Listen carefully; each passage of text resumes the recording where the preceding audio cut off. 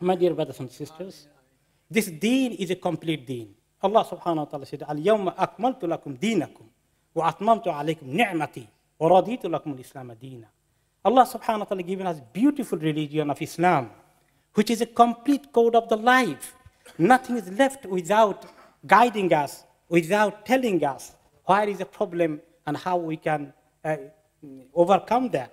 Where is the harmful things, danger for us, how we can make ourselves safe from that. Everything is told here. مَا فَرَّطْنَا فِي الْكِتَابِ مِنْ شَيْءٍ. As Allah subhanahu wa ta'ala said, I never left anything of important message to give in this book of Qur'an. And its explanation, hadith of Rasulullah sallallahu alaihi wasallam, completed the further many other information. Many of the message of the deen for both dunya and akhirah. So our deen, religion, is not only for akhirah, it is also for dunya. So in the dunya, how we maintain the life itself. And there are many, we are in this dunya now. Islam didn't ignore that and complete guidance for this life. Many of the ni'mah, gifts of Allah, bounties of Him we enjoy. But sometimes we don't look after these bounties of Allah, and we make problem by our own hand to ourselves. We cause harm to ourselves. One of the biggest gift of Allah for ourselves is a good health. This health, how important it is. Who are healthy people never felt ill seriously.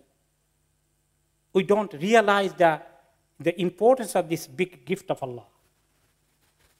Unless we become ill, terribly ill, then we realize, subhanallah, how important is this ni'mah for us, this health.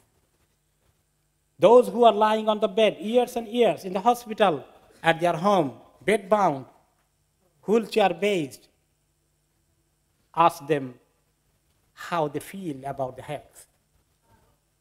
This is one of the biggest ni'mah of Allah. And that's why in the hadith, Rasulullah sallallahu alaihi wasallam says, "Ni'matani maghbunun fihima kathirun min al-nas." There are two ni'mah, two of the gifts of Allah. Many people will be deceived by them. They'll not take care of them. They'll not think these are important things I need to be taken care of. One is as-sihha, the good health. Other one is al-faragh, the spare time. Good health, to utilize it properly, to maintain it, have the maintenance of the good health. Both comes in this world. And the spare time to utilize properly for a proper program for the time is not wasted. The hadith of Rasulullah sallallahu alaihi wasallam, he said, "La tazulu qadama 'abdin yawm al-qiyamah." The people's feet will be not moving in the day of judgment. Man's feet will not move on the day of resurrection before he is asked about 5 questions about his life. How did he consume it? How did he utilize it? How did he maintain it? Number 2, his knowledge. What did he do with it? What kind of practice he was making about the knowledge? Number 3, his wealth. How did he earn it? In halal source, cheating people, or in honest way? And the number 4, how did he dispose of it? Excessive wasting money, all these, or he was using the right proportion, keeping balance in his life or not. And number 5, about his body. How did he wear it out? How did he maintain it? How did he utilize it? This health, this body is an amana. وَلِنَفْسِكَ عَلَيْكَ حَقٍّ. In another hadith, Rasulullah sallallahu alaihi wasallam said, your own, وَلِجَسَدِكَ عَلَيْكَ حَقٍّ. Your body has right upon you to give you rest, to give you a right amount of food, right nutrition, is not junk food, not all other harmful food to cause harm to yourself. وَلَا تَلْقُوا بِأَيْدِيكُمْ لِلتَّهْلُكَ وَأَحْسِنُوا. Allah subhanahu wa ta'ala also said, don't throw yourself to destruction. Don't cause harm to yourself. These are clear guidance in Quran and Sunnah. So how to look after this ni'mah of Allah in our health? There are, if you read Quran and Hadith, so much guidance about maintaining our health, about good health. So much guidance. 1500 years ago, all this came. But today, medical science is discovering many benefits of this Quranic and instruction and the instruction of Prophet sallallahu alaihi wasallam. We can eat in hours and hours. We can discover the wisdom of Allah and His Messenger and guidance for our maintenance of our good health. However, we'll be focusing today about some kind of eating area, how we can follow the guideline of Quran and Sunnah, and it will help us to maintain our good health. One thing, to eat less, not to have excessive food. As Allah subhanahu wa ta'ala said in Surah Al-A'raf 31, Kulu washrabu wa la tusrifu, and eat and drink, but do not excessive. Indeed, He likes not those who commit excess. So eating more is a problem for us. I don't think you go to the doctor and he'll say, you eat more, you need to eat more. Most of the time they'll say, you need to eat less. And don't eat this way, that way, avoid that, avoid this. This is always the case. And many of the ahadith will guide us how we eat. The one hadith we have heard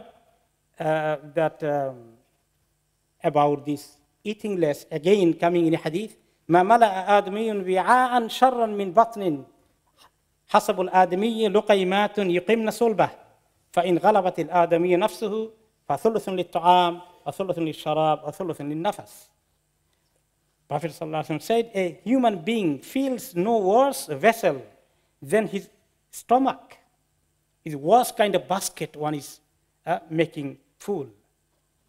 It is sufficient for a human being to eat a few mouthfuls to keep his spine straight. So eating less. But if he must feel it, then maximum is 1/3 of the food. 1/3 of the food for your stomach. And the other third is for the drink. Another third for the drink, for the water.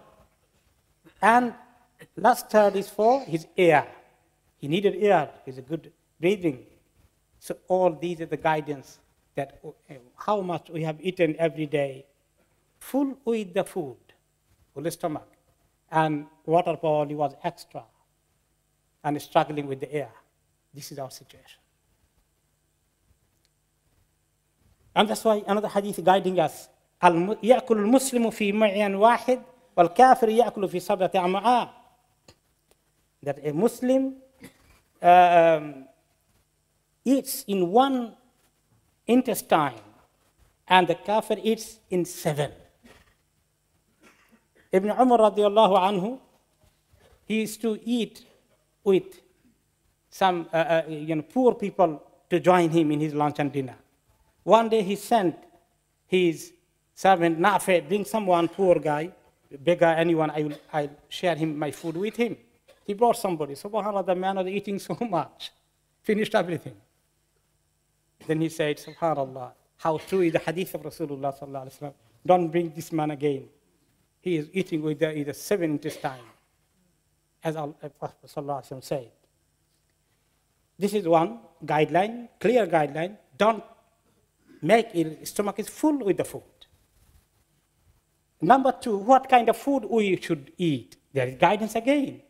Allah subhanahu wa ta'ala talked in Surah Taha that He has revealed this rain, all this, and sent down from the sky rain and produced thereby categories of various plants. وَأَنزَلَ مِنَ السَّمَاءِ مَاءً فَأَخْرَجْنَاهُ بِهِ أَزْوَاجٍ مِّن نَبَاتٍ شَتَّى كُلُوا وَارْعَوْا أَنْعَامَكُمْ. Eat therefrom and pasture your livestock, your cattle. إِنَّ فِي ذَلِكَ لَآيَاتٍ لِأُولِي النُّهَى. Indeed, in that are signs for those of intelligence.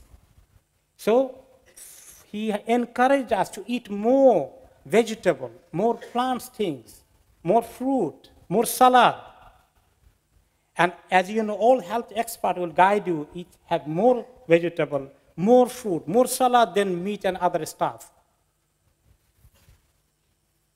And even not only for us, for our cattle.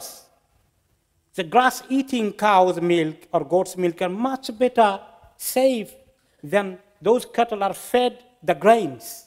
In the farm nowadays, all these cows and other cattle are fed so much of the other grain to grow more, to have more fat, more meat. These commercial things, everything is commercialized. Even the cheese made from the grass-eating animals, grass-eating cattle, is much better than grain-eating kind of cattle. Subhanallah. See how Quran is telling us 1500 years ago, which is people are discovering now. And he then praised us to eat the fresh meat, which is the fish. He said, وَمَا يَسْتَوِي الْبَحْرَانِ هَذَا عَذْبٌ فُرَاتٌ سَائِغٌ شَرَابُ وَهَذَا مِلْحٌ أُجَاجٌ وَمِنْ كُلٍّ تَأْكُلُونَ لَحْمًا طَرِيًّا. And not alike the two seas, i.e. bodies of water. One is fresh and sweet, palatable for drinking, and one is salty and bitter. And from each you eat tender meat. So this tender meat, fresh meat, is referred to the fish. And although meat is halal, but still better, praiseworthy one in the Quran is the fish. And today medical science says have more white meat than red meat. And white meat number one is the fish. And fish has this omega-3 element, which is very good for our health to maintain it properly, which is very beneficial, which is not harmful. More meat, more harm. That's why Rasulullah sallallahu alaihi wasallam, Sahaba used to not have that much of meat eating, meat consuming. Umar radiallahu anhu warned the ummah. She said, "Inna lillahmi darawatun ka darawat al-khamr." Indeed, the meat has harmful elements. So much harm there, like the harm of alcohol. Although alcohol is haram and meat is halal, but still the health, harm in the health is not less. That is saying that it is very not very good to have. But we are probably most meat eater than any other people. Probably Muslim community is consuming most meat in this country. I mean, proportionately, the Muslims are consuming huge amount of meat. We need to have control there as well. You can see many of these other.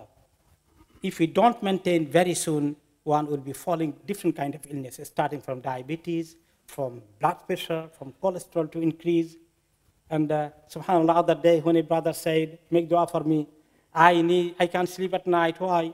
Every 10 minutes, 15 minutes, I need to go to the toilet to urinate.